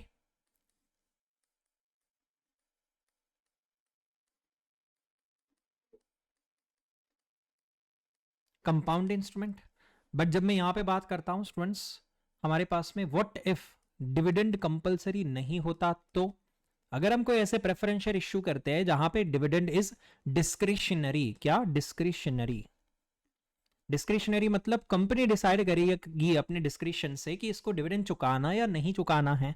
yes, तो अगर ऐसी हालत हो जाएगी तो इधर ध्यान देना, इररिडीमेबल प्रेफरेंस शेयर है मतलब पैसा चुकाना नहीं है, तो प्रिंसिपल अमाउंट देख के तो ये इक्विटी ही था, मुझे भी पता है।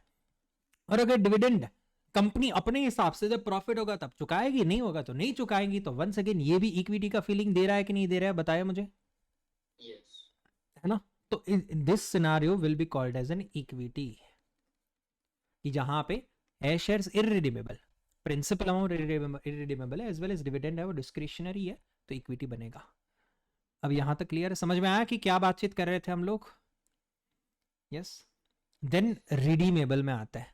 अब रिडीमेबल में क्या होता है पता है आपको? शायद आइडिया नहीं होगा। रिडेम्पशन होता है, रिडेम्पशन। तो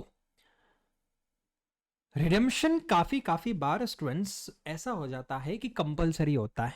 रिडेम्पशन काफी बार कंपलसरी होता है कि भैया अगर आपको रिडेम्पशन करवाना है, ठीक है, तो आप करवाना, नहीं करवाना है तो नहीं करवाना। After 10 years the redemption will be allowed. और कभी कभी ऐसा हो जाता है कि कंपनी खुद डिसाइड करेगी कि उनको कब रिडम्पशन करना है। कंपनी बोलेगी कि चलो नेक्स्ट ईयर आपका पैसा रिडीम हो जाएगा, तो कंपनी आपको रिडम्पशन दे देगी। और कंपनी बोलेगी नहीं, मेरे को अभी रिडम्पशन नहीं करवाना है, तो नहीं देंगी। सिंपल बात है। ठीक है, तो रिडम्पशन का डिसीजन कौन लेगा कि कब कौन से समय पे रिडम्पशन करवाया जाएगा? कब कौन से समय पे रिडम्पशन करवाया जाएगा, वो डिसीजन कौन लेगा? हमारे डिबेंचर्स का या प्रेफरेंस शेयर का होल्डर, या फिर हमारी कंपनी खुद? कंपनी को बोले एंटिटी। अब जब आईएफआरएस पढ़ रहे हैं स्टूडेंट्स, काफी सारे बार कंपनी वर्ड यूज नहीं होगा, एंटिटी वर्ड यूज होगा। ओके, क्योंकि कंपनी थोड़ा एक लिमिटेशंस क्रिएट हो जाता है, कंपनी वर्ड यूज नहीं होगा, आगे से एंटिटी वर्ड यूज होगा। ठीक है, हाँ। तो रिडम्पशन कब होगा और कैसे होगा, that particular redemption will be decided by entity. तो मुझे तो ऐसा लग रहा है अगर एंटिटी खुद डिसाइड करेगी, तो मुझे तो लग रहा है एंटिटी कभी आपका पैसा वापस लौटाएगी ही नहीं। क्या ऐसा अजम्पशन ले सकता हूं मैं? आई एम अज्यूमिंग कि अगर हम एंटिटी को बोले कि भैया तुम्हें जब पैसा चुकाना है, पैसा रिडीम करना है, तब रिडीम करना, तो एंटिटी तो साली हरामी है, बोलेगी मेरे को तुम्हें पैसा लौटाना ही नहीं है। लॉजिकल अजम्पशन है क्या? थोड़ा बहुत है ना? यस। और ऑन दी अदर साइड अगर होल्डर की बात करें, होल्डर को अगर ये ऑप्शन दिया जाए, होल्डर को बोला जाए कि अगर तुम चाहो ना तो आज से 10 साल के बाद तुम रिडेम्पशन ले सकते हो, तो होल्डर क्या करेगा पता है? कंपलसरी 10 साल के बाद पैसा लेगा लेगा और लेगा। ये अजम्पशन ले सकता हूं क्या मैं? है ना? जैसे एक सिंपल बात होगी, दीपन सर यहां पे आपको ऑप्शन दे रहे कि आज से है ना, मतलब अगर आपने मेरे पास से ये फंडामेंटल लेवल पढ़ा है तो प्रोफेशनल लेवल का आप एक सब्जेक्ट का ट्यूशन ले सकते हो, या तो फिर आप मेरे पास से एक सब्जेक्ट का ट्यूशन फीस कैश में ले सकते हो। तो जब मैंने आपको दो ऑप्शन दिया कि आइदर मेरे पास से इन काइंड कंसिडरेशन लो और दूसरा इन कैश कंसिडरेशन लो, तो आप हमेशा इन कैश कंसिडरेशन चूज करोगे, और एज एन दीपन सर मेरे को कैश कंसिडरेशन देना पसंद नहीं होगा, मैं तो इन काइंड कंसिडरेशन देना चाहता हूं, है ना? तो सेम वे लॉजिकली यहां पे हम ऐसा अजम्पशन ले रहे हैं कि कंपनी के पास में जब ऑप्शन होगा, जब कंपनी के हाथ में डिसीजन मेकिंग पावर होगा कि एंटिटी डिसाइड करे कि रिडेम्पशन करवाना कि नहीं करवाना, तब एंटिटी हमेशा क्या करेगी स्टूडेंट्स?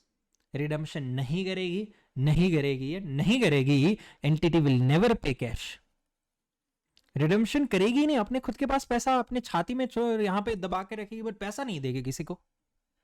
समझ में आया? ठीक है, ये अजम्पशन लेके चल रहा हूं। चलो ठीक है, ये तो हुआ प्रिंसिपल वगैरह का बात, बट यहाँ पे और आगे पॉसिबिलिटीज निकलती है वंस अगेन स्टूडेंट्स डिविडेंड के बारे में। मैं थोड़ा आइडिया दे देता हूँ आपके लिए, तो नॉलेज ही है बहुत। आई होप आपको समझ में आ गया है कि हम क्या बातचीत करने जा रहे हैं यहाँ पे, कि एट दी एंड अपने को हर एक एंगल से यही चीज चेक करनी है कि प्रिंसिपल अमाउंट रिडीमेबल है कि नहीं है, एंड दूसरा डिविडेंड मैंडेटरी है या डिविडेंड डिस्क्रिशनरी है। यस, इस दो क्वेश्चंस के बेसिस पे हमारा पूरा का पूरा इक्विटी डेट का डिसीजन होगा। अगर हमारा प्रिंसिपल अमाउंट रिडीम करवाया जाएगा तो क्या करवाया जाएगा?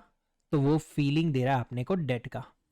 यस, बट अगर डिविडेंड क्या होगा? डिविडेंड मैंडेटरी होगा, तो वंस अगेन वो क्या फीलिंग देगा? डेट का।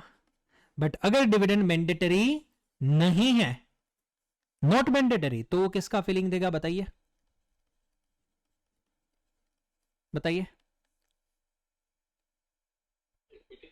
तो फिर वो इक्विटी का फीलिंग देगा। समझ में आया? तो फिर वो इक्विटी का फीलिंग देगा। और जब यहां पे कॉन्फ्लिक्ट आएगा कि एक पर्टिकुलर एलिमेंट डेट का फीलिंग दे रहा है, दूसरा इक्विटी का फीलिंग दे रहा है, तो ये बन जाएगा हमारा कंपाउंड इंस्ट्रूमेंट। क्लियर है? यस। तो जितने भी परम्यूटेशन कॉम्बिनेशन यहाँ पे पॉसिबल है, एट दी एंड दो ही चीजों पे उतर के कंक्लूजन पे आ रहे हैं कि either it will be dedicatedly called as an debt, either it will be dedicatedly called as an equity, और एल्स दोनों का मिक्सचर होगा तो कंपाउंड इंस्ट्रूमेंट बनेगा। ये जो पूरा का पूरा चार्ट जो मैं यहाँ पे बनाना जा रहा था, मेरे हैंडराइटिंग उतने ज्यादा भी अच्छे नहीं है, तो यहाँ पे इतने अच्छी तरीके से मैं मैनेज नहीं कर पाया हूँ, ठीक है? और हैंडराइटिंग वैसे अच्छे है भैया, इस बोर्ड के अंदर इतने अच्छे नहीं है जो आप यहाँ पे मैं राइटिंग के लिए यूज कर रहा हूँ। तो मैं आपको फोटो भेज दूंगा, ठीक है, व्हाट्सएप वगैरह के अंदर भेज दूंगा ऐसा होगा तो।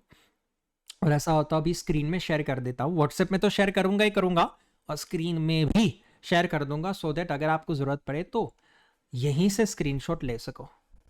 ओके, ठीक है? जो मैंने चार्ट बताया ना, वो एक बार फोटोग्राफ के जरिए अपने शेयर करते हैं, ठीक है?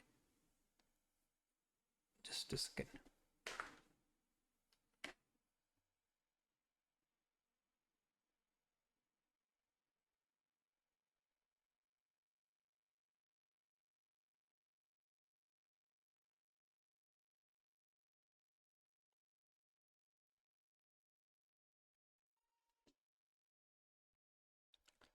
चलिए आ जाते हैं, आ गया फोटो मेरे पास में।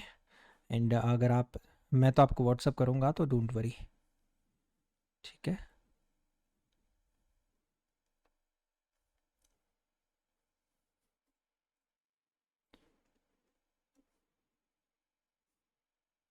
Just a second.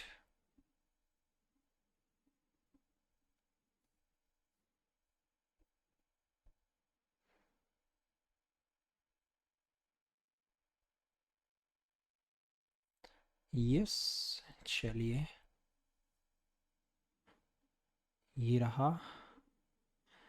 आपके सामने ये फोटो, या आई होप स्क्रीन अच्छी दिख रही है आपको। फिर से यहाँ पे देख लो, मैं फ़ोटो तो व्हाट्सएप कर ही दूंगा आपको।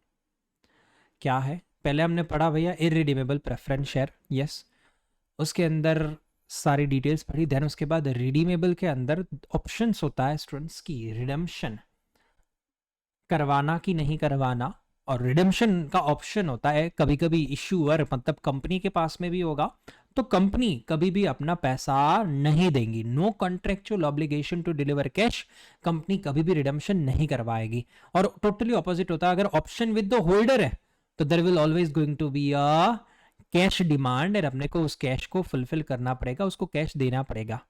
इन हर एक हालातों के अंदर स्टूडेंट्स डिविडेंड आइदर मैंडेटरी हो सकता है या तो डिविडेंड डिस्क्रिशनरी हो सकता है, एंड उसके अकॉर्डिंगली आइदर वो आपकी डेट बनेगा, इक्विटी बनेगा, या फिर कंपाउंड इंस्ट्रूमेंट बनेगा। ठीक है, तो इस तरीके का चार्ट आप बना लोगे घर पे क्या? यस यस, जीवन में कभी भी इश्यू नहीं आएगा आपको। ठीक है, इस लेवल का अगर आपने नोट डाउन किया हुआ है तो कभी भी इश्यू नहीं आएगा। जो जो बच्चे रिकॉर्डेड वाले हैं वो ये चीज़ को पॉज करके नोट डाउन कर सकते हैं या स्क्रीनशॉट ले सकते हैं। यस, देख लीजिए, अब स्क्रीनशॉट लिया जा सकता है और नोट डाउन किया जा सकता है, आपको भी अगर लेना है तो। ठीक है, अब हम बात करते हैं स्टूडेंट्स हमारे सम के अंदर। इधर आ जाइए, सम है हमारे पास में 3 सम्स हैं, इन तीनों सम्स को इस एंगल से देखना है। इधर आ जाइएगा। सबसे पहला क्या है, 1 million preference shares for $3 each, no dividends are payable. अरे बाप रे, Coasters will redeem the preference, चलो रिडीमेबल प्रेफरेंस शेयर है, मतलब प्रिंसिपल अमाउंट तो वापस चुकाया जाएगा। Okay, in 3 years time by issuing ordinary shares worth 3 million, the exact number of ordinary share issuable will be based on the fair value। भैया ये आपको किसके जैसा फीलिंग दे रहा है? पहले तो यहाँ पे इस पूरे फर्स्ट लाइन को देखो, मुझे है ना, ये लास्ट वाला पॉइंट शांति से पढ़ो, ये लास्ट वाला, the exact number of ordinary share issuable, last के 1-2 लाइन। मुझे ये ट्रांजैक्शन कुछ ड्राइंग करके बताओ ना, मेरा जो मेथड है ना हर बार का, कौन सा वाला? हाँ हाँ, क्या लग रहा है ना कि देर इज वन कंपनी, सामने यहाँ पे शायद, शायद पढ़ते हैं यहाँ पे, शायद यहाँ पे एक होल्डर पड़ा हुआ है स्टूडेंट्स। ठीक है, क्या बोला गया है कि कंपनी आज तो आपको क्या कर रही है, आपको प्रेफरेंस शेयर इश्यू कर रही है ना, प्रेफरेंस शेयर इश्यू कर रही है, और इस प्रेफरेंस शेयर रिडीमेबल है कितने सालों के अंदर? 3 ईयर के अंदर। Will redeem the preference share bye issuing ordinary shares worth 3 million। नहीं, ये तो कन्वर्टिबल है, वो 1 करोड़ वाला अप्लाई नहीं होगा। 1 करोड़ वाले में तो ऐसा होना चाहिए था ना जेनिश कि होल्डर सामने शेयर्स दे। नहीं, यहां पे तो रिडेम्पशन का बात है, तो प्लीज रिमेंबर यहाँ पे क्या हो गया भैया, यहाँ पे ये लोग बोल रहे हैं कि कन्वर्जन करवाने वाले हैं। तो अगर कन्वर्जन होने वाला है तो फिर भैया ये क्या बन गया, कन्वर्जन होने वाला तो इक्विटी बन गया, तो रिडेम्पशन का कोई मतलब ही नहीं बना ना। आप लोग एक साइड से बोल रहे हो कि 3 साल के अंदर रिडेम्पशन होने वाला है, पर 3 years के बाद जो रिडेम्पशन होने वाला है वो रिडेम्पशन होने वाला है इक्विटी में। आप किसी को थोड़ी ना रोकड़ा देने वाले हो, क्या लग रहा है? विल यू गिव रोकड़ा? एनीवन? नहीं ना। 3 साल के बाद redeem the preference shares in 3 years time by issuing ordinary shares. ठीक है, the exact number of ordinary share issuable will be based on the fair value on, आज से 3 साल के बाद जो फेयर वैल्यू होगा उसके बेसिस पे डिसाइड होगा। स्टूडेंट्स, तो मेरे हिसाब से ये क्या हो रहा है पता है कि अगर यहाँ पे देखने जाए ना तो प्रिंसिपल अमाउंट तो कभी लौटा ही नहीं जा रहे, क्योंकि प्रिंसिपल अमाउंट तो इक्विटी में कन्वर्ट होने जाने वाला है। प्रिंसिपल अमाउंट इक्विटी में कन्वर्ट होने जाने वाला है, तो प्रिंसिपल अमाउंट तो इक्विटी है। ऊपर से एक और चीज मुझे बताइएगा यहाँ पे कि हमारा जो यहाँ पे इंटरेस्ट है या तो फिर डिविडेंड बोले, डिविडेंड क्या हम बोले, डिविडेंड तो मैंडेटरी नहीं है, नॉट मैंडेटरी, सही है कि नहीं है? बताइए। तो डिविडेंड अगर मैंडेटरी नहीं होता है तो वो डेट का फीलिंग देता है या इक्विटी का फीलिंग देता है? Tell me. हाँ, इक्विटी का फीलिंग देता है क्योंकि डिविडेंड तो मैंडेटरी है नहीं। ठीक है, तो बेसिकली ये क्या बन गया है, हमारा इक्विटी इंस्ट्रूमेंट बन गया है, बिकॉज प्रिंसिपल लौट आ नहीं रहे हैं, डिविडेंड है जो कंपलसरी है नहीं। ठीक है, फिर इधर आ जाते हैं 2 million preference shares for $2.80। No dividends are payable. Once again dividend compulsory नहीं है, डिविडेंड्स नहीं है। Preference shares will be redeemed in 2 years time by issuing 3 million ordinary shares। इधर ध्यान दीजिएगा स्टूडेंट्स, एक नया चीज थोड़ा पढ़ाने जाने वाला हूं। पहले वाले और दूसरे वाले एग्जाम्पल में एक बहुत बड़ा अंतर है। पहले तो मुझे लग रहा था कि पहला और दूसरा सेम सेम जैसा दिया हुआ है, बट ऐसा है क्या? देखो ना जरा, डोंट टेल मी कि सर ये $3 या $2.8 है। हाँ, वो तो फर्क है, उस वो नहीं बात कर रहा हूँ, उसके अलावा कोई डिफरेंस नजर में आया क्या?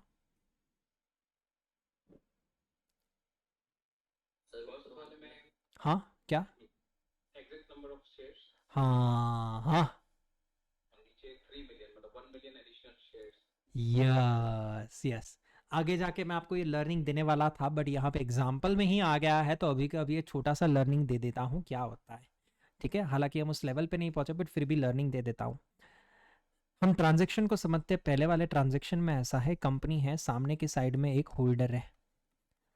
ठीक है, इस पूरे ट्रांजेक्शन के अंदर स्टूडेंट्स जो हम होल्डर को इक्विटी शेयर देने वाले हैं, ठीक है, ये मैं बात कर रहा हूं पहले वाले ट्रांजेक्शन का। पहले वाले के अंदर इक्विटी शेयर जो देने वाले हैं उसमें हमने वर्थ डिसाइड करके रखा हुआ था। कितना वर्थ डिसाइड किया था?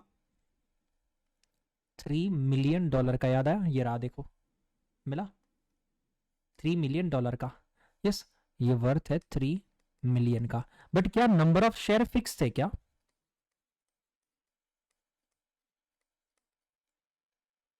नहीं ना, नंबर ऑफ शेयर्स फिक्स नहीं थे, नॉट फिक्स्ड, या तो हम बोले वेरिएबल थे।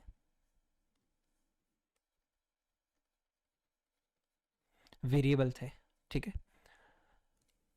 अपार्ट फ्रॉम दैट स्टूडेंट्स, अगर हम देखने जाए ना यहाँ पे सेकंड वाले सिनेरियो में, जरा ध्यान के देखो, एक और कंटेंट है। कंपनी है वो सामने वाले होल्डर को क्या दे रही है पता है? कंपनी सामने वाले होल्डर को इक्विटी ही दे रहा है। बट मुझे एक चीज पता है कि सामने वाले होल्डर को जब इक्विटी दिया जा रहा है तब उसका वर्थ कुछ डिसाइडेड है क्या? नो। बट हाँ, नंबर ऑफ शेयर क्या डिसाइडेड है क्या? हाँ, क्या वो फिक्स है? हाँ, वो फिक्स है। ओके, ये चीज समझ में आया? पहले तो ये डिफरेंस समझ में आया? पहले और दूसरे ट्रांजेक्शन को कंपेयर करिए जरा शांति से। ये सबसे बड़ा मिसमैच दिख रहा है आपको। अब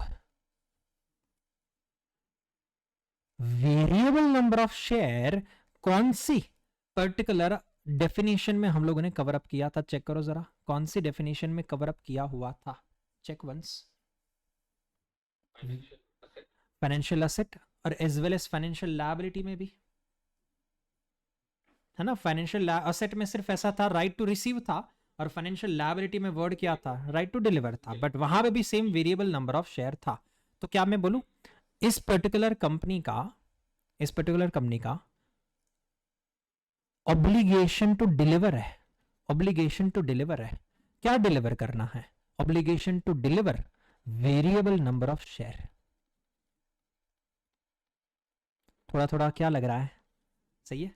the company is having obligation to deliver variable number of share. Check करो जरा, फाइनेंशियल लायबिलिटी की डेफिनेशन जरा चेक करो यहां पे, है ना। इधर आ जाते हैं, ये रहा non derivative contract. I totally agree, यहां पे हर एक चीज मैच नहीं हो रही है, बट इधर ध्यान दो। Entity is or may be obliged to deliver a variable number of entities own equity instrument। क्या लग रहा है? पहले वाला सिनारियो इधर आ जाते बोर्ड के अंदर। अब आप अपनी सामने डेफिनेशन रखना। नॉन डेरिवेटिव कॉन्ट्रैक्ट, क्या? Non derivative contract for which entity is obliged to deliver variable number of own equity share। तो पहले वाले सिनेरियो में देखिए क्या कंपनी का एक ऑब्लिगेशन बन रहा है कि नहीं बन रहा है। क्या ऑब्लिगेशन बना? अपने खुद के इक्विटी शेयर को डिलीवर करने का एक ऑब्लिगेशन बना। सही है कि नहीं है? बट हाँ, वेरिएबल नंबर ऑफ शेयर बना कि नहीं बना? हेलो, है ना? तो बेसिकली हमको तो लग रहा था कि इक्विटी इंस्ट्रूमेंट बनेगा, बट कंपनी के पर्सपेक्टिव से इक्विटी इंस्ट्रूमेंट नहीं बनेगा। As per the definition this will be from company's angle, it will be a financial liability. तो अगर TY1 का आंसर जरा एक बार पीछे कंफर्म कर लो, इन लोगों ने भी फाइनेंशियल लायबिलिटी लिखा होगा। मेरे हिसाब से तो as per definition financial liability होना चाहिए। एक बार क्रॉस वेरीफाई कर दो। वैसे जरूरत ही नहीं है, बट आपके मन में ना रहे इसलिए।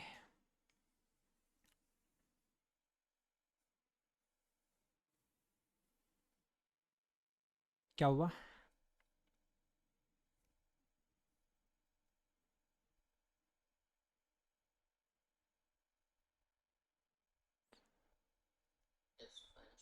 फाइनेंशियल लायबिलिटी, ठीक है। अब इसके पीछे का रीजन क्या है? बेसिकली मार्केट के अंदर है ना, ऐसे बहुत सारे लोग आ गए थे कि जो अपना ऑब्लिगेशन टू डिलीवर कैश होता है ना, वो ऑब्लिगेशन टू डिलीवर कैश में डिलीवर नहीं करते, बट वो अपनी ही कंपनी के शेयर इश्यू कर देते थे। ये लो भैया, शेयर ले जाओ, शेयर ले जाओ, शेयर ले जाओ। तो उसके कारण कंपनी अपना कैश बचाती रहती थी, शेयर्स इश्यू करती रहती थी, और ये बहुत गंदा सा गेम चलता रहता था। तो IFRS आके बोला, ओ दीपन भाई क्या कर रहे हो? मैंने बोला इक्विटी दे रहा हूं, लोगों को इक्विटी बांट रहा हूं। इसने मेरे को कंसल्टेंसी सर्विस दिया, जा तेरे को रोकड़ा नहीं देता हूं, मैं तेरे को इक्विटी शेयर देता हूं मेरी कंपनी के। यस, क्या ऐसा पॉसिबिलिटी है? बताइए। यस, सही है। हाँ, क्या? हाँ, लिमिटेशंस होनी चाहिए, टोटली एग्री, बट वो तो लीगल पॉइंट ऑफ व्यू से जो लिमिटेशन वो अलग होगा। हम तो यहाँ पे पढ़ रहे हैं फाइनेंशियल रिपोर्टिंग पढ़ रहे हैं, मतलब हमारा अकाउंटिंग प्रॉपर होना चाहिए। अकाउंटिंग कहीं पे शेयर होल्डर्स को मिसगाइड नहीं करना चाहिए। यस, प्रॉब्लम बट यही था कि इस केस में भी आप देखो, हमने पहले वाला केस है ना, वहीं पे वही इश्यू था कि कंपनी ने क्या कर दिया था। कंपनी ने बोला तुम मेरे को अभी डिबेंचर्स के तौर पे पैसा दे दो, मैं तुम्हें सामने रिटर्न में है ना कैश नहीं दूंगा, मैं तुम्हें कैश नहीं दूंगा, नो कैश नहीं दूंगा। तो कंपनी ने कैश दिया नहीं, अपनी ही खुद की कंपनी की इक्विटी शेयर्स दे दी, और वो भी बोले अभी नहीं, जो उस समय पे मार्केट वैल्यू होगा उस हिसाब से तुम्हें दे देंगे, बट आपका वर्थ फिक्स है। कितना वर्ष? 3 मिलियन से ज्यादा का आपको भैया इक्विटी नहीं मिलेगा, नहीं मिलेगा, नहीं मिलेगा। तो ये भैया एक्चुअली में ये ट्रांजेक्शन 3 मिलियन कैश देके निपटाना चाहिए था, है ना?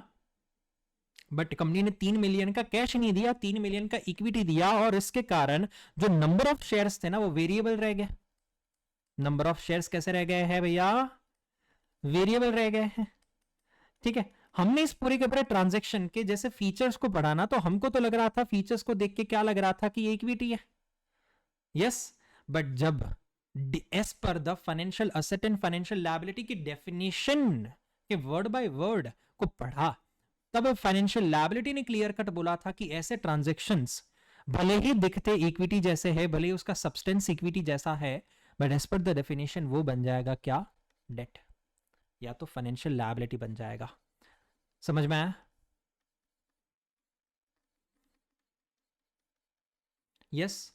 अब बोले सर इससे क्या फर्क पड़ता है? भैया सुनो, बैलेंस शीट के अंदर इक्विटी एंड डेट का बहुत इंपॉर्टेंट रोल होता है, इक्विटी एंड फाइनेंशियल लायबिलिटी का बहुत बड़ा रोल होता है। कितने सारे इन्वेस्टर्स आजकल के जमाने में रेशियो एनालिसिस करते होगे, बताइए? यस, ऑलमोस्ट सारे के सारे। Tell me. अगर 3 मिलियन मैं इक्विटी के तौर पे यहां पे लिख दूं, तो मेरा करंट रेशियो से लेके काफी सारे रेशियो डेफर करेंगे कि नहीं करेंगे, बताइए? मेरा गियरिंग इंपैक्ट होगा कि नहीं होगा? यस, है ना? बट IFRS बोला कि भैया तुमको है ना पैसा कैश में देना चाहिए था, तुम इक्विटी में दे रहे हो, वो एक अलग बात है। ठीक है, तो भले ही तुम दे रहे हो इक्विटी लोगों को, बट वो 3 मिलियन का इक्विटी तुम जो दे रहे हो ना, वो एक्चुअली में देना चाहिए था कैश। ठीक है, तो भले ही तुम इक्विटी दे रहे हो, बट रिपोर्टिंग पर्सपेक्टिव से वो जो इक्विटी दिया जा रहा है वो फाइनेंशियल लायबिलिटी कंसिडर होगा। क्लियर है? और इसके कारण share holders, stake holders, investors तक एक राइट अमाउंट का फाइनेंशियल लायबिलिटी पहुंचेगा, और गियरिंग रेशियो, करंट रेशियो जैसे रेशियोज बहुत सही अमाउंट से कंप्यूट होंगे, एंड सामने वाले रीडर तक बहुत परफेक्ट इंफॉर्मेशन पहुंचेगी। ठीक है, तो फिर से एक बार जरा रिपीट कर देता हूं कि हमने इस पूरे के पूरे ट्रांजैक्शंस को क्यों इक्विटी ना माना। बाकी अदरवाइज देखने जाए तो कंपनी एट द एंड क्या दे रही है, यहां पे इक्विटी ही दे रही है, कंपनी के लिए ये इक्विटी ही है। बट कंपनी ये ट्रांजैक्शंस को वेरिएबल नंबर ऑफ शेयर्स में जब निपटा रही है ना, तो अगर डेफिनेशन के वर्ड बाय वर्ड पे जाए, तो जब कभी भी आप अपनी financial obligations variable number of shares में निपटाओगे तो वो क्या माना जाएगा, फाइनेंशियल लायबिलिटी माना जाएगा। बट जब हम आते हैं ऑन दी अदर साइड हमारे सेकंड वाले सिनारियो में, तो क्या मेरे variable number of shares deliver हो रहे हैं या एडवांस में फिक्स ही है कि fix number of share deliver हो रहे हैं, बताइए।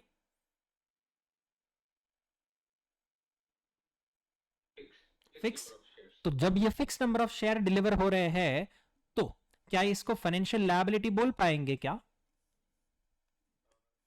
नहीं बोल पाएंगे ना, तो फाइनेंशियल लायबिलिटी नहीं बोल पाएंगे, क्योंकि फाइनेंशियल लायबिलिटी बोला only and only variable number of share में आप सेटलमेंट कर रहे हो ना, तो ही वो क्या है, फाइनेंशियल लायबिलिटी। बट मेरे इस केस के अंदर तो फिक्स नंबर ऑफ शेयर्स है, एंड दैट्स व्हाई ये पहला वाला ही भले ही फाइनेंशियल लायबिलिटी था, बट ये फाइनेंशियल लायबिलिटी नहीं है। तो फिर सर अब बचा क्या, अब बचा इधर इक्विटी इंस्ट्रूमेंट या फिर बचा फाइनेंशियल असेट। अब फाइनेंशियल असेट तो कहला नहीं सकते हैं, ठीक है, ये एट द एंड बनेगा मेरा इक्विटी। क्लियर है? फाइनेंशियल एसेट किसके लिए बनेगा, जो होल्डर होगा, सामने वाला पार्टी होगा, उसके लिए असेट बनेगा, हमारे लिए इक्विटी बनेगा। समझ में आया? यस, होल्डर फाइनेंशियल एसेट बनेगा, होल्डर के लिए फाइनेंशियल एसेट बनेगा, इस केस में भी सेम फाइनेंशियल एसेट बनेगा। क्लियर है भैया? सेकंड वाले का भी आंसर बाद में चेक कर लेना, सेकंड वाला इक्विटी होना चाहिए, क्योंकि फिक्स नंबर ऑफ शेयर्स दिए गए हैं, इसलिए स्टूडेंट्स में बोल रहा था कि देखो डेफिनेशंस बहुत ही इंपॉर्टेंट है, वर्ड बाय वर्ड ध्यान से नहीं पढ़ा हुआ है तो ऐसे कुछ क्वेश्चंस का आंसर गलत ठहरा जा सकता है भैया।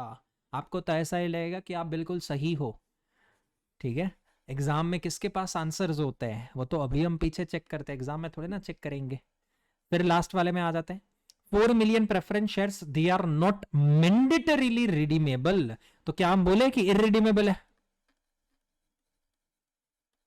चेक करो जरा, थर्ड वाला पॉइंट इररिडीमेबल बोल रहा है क्या? हेलो,